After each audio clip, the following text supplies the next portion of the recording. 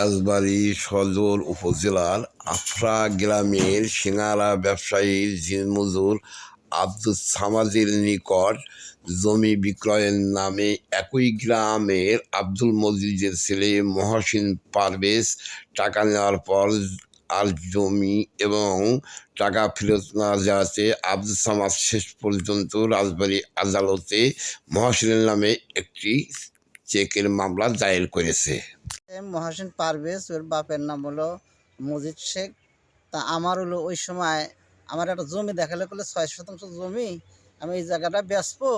তা আমি বললাম যে ভাই আমারও তো একটু বাড়ির জায়গার দরকার, আমি গরিব মানুষ, আমি সারা জীবন ধরো এই আফরা বাজারেই ব্যবসা করি, চপ সিঙ্গারা বড়া টড়া ব্যবসা করি, তা সারা জীবনের কামাই। তা যদি ব্যস্ত আমি এইটা রাখলে আমি হয়তো ভবিষ্যৎ বাড়ি করতে পারবো, এই জায়গার ব্যবসাটা ভালো হবে। বলে ঠিক আছে। তা 6 শতাংশ জমি আমার সাথে বিট হলো 6 লাখ টাকা। তা আমার ও 5 লাখ টাকা নেওয়ার পরে এই জমিটা আজ দেয়, কাল দেয়, অমুক দেন দেয়, তমুক দেন দেয়, নিশ্চয় করে দেবো।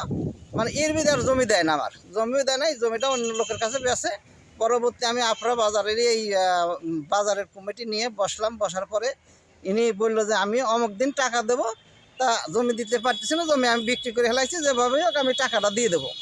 তা এরা আমার এই 5 লাখ টাকার একটা চেক উনি দিলে যে অমুক তারিখে টাকাটা দেবো।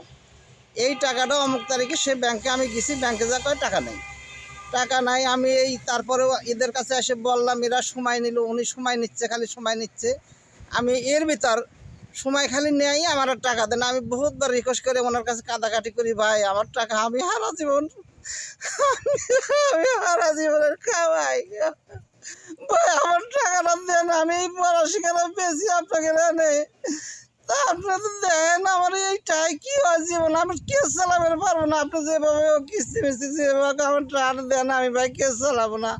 তা উনি আমার টাকা দেয় না। পরে আমি ওই বিডিআর মানে আর্মি ক্যাম্পে আমি অভিযোগ দিই, ওনারাও সালিশ করে দেয়। তারপরে উনি আমার টাকা দেয় না। লাস্ট শেষে আমি রাজবাড়ি যা এই কোর্টে আমি কেস করছি, তা উনি আমার সাথে কোনো কথা বলে না, টাকা দেয় না। এলাকার লোকের কাছেও কয় না, অনেকে ওনার রিকোয়েস্ট করছে, ওনার আত্মীয় স্বজনরা ওনার রিকোয়েস্ট করছে, এই টাকাগুলো খালি কয় দেবো দেবো, আমার একদিন মানে একটা টাকাও দিল না। আমার সারা জীবনের কামাই।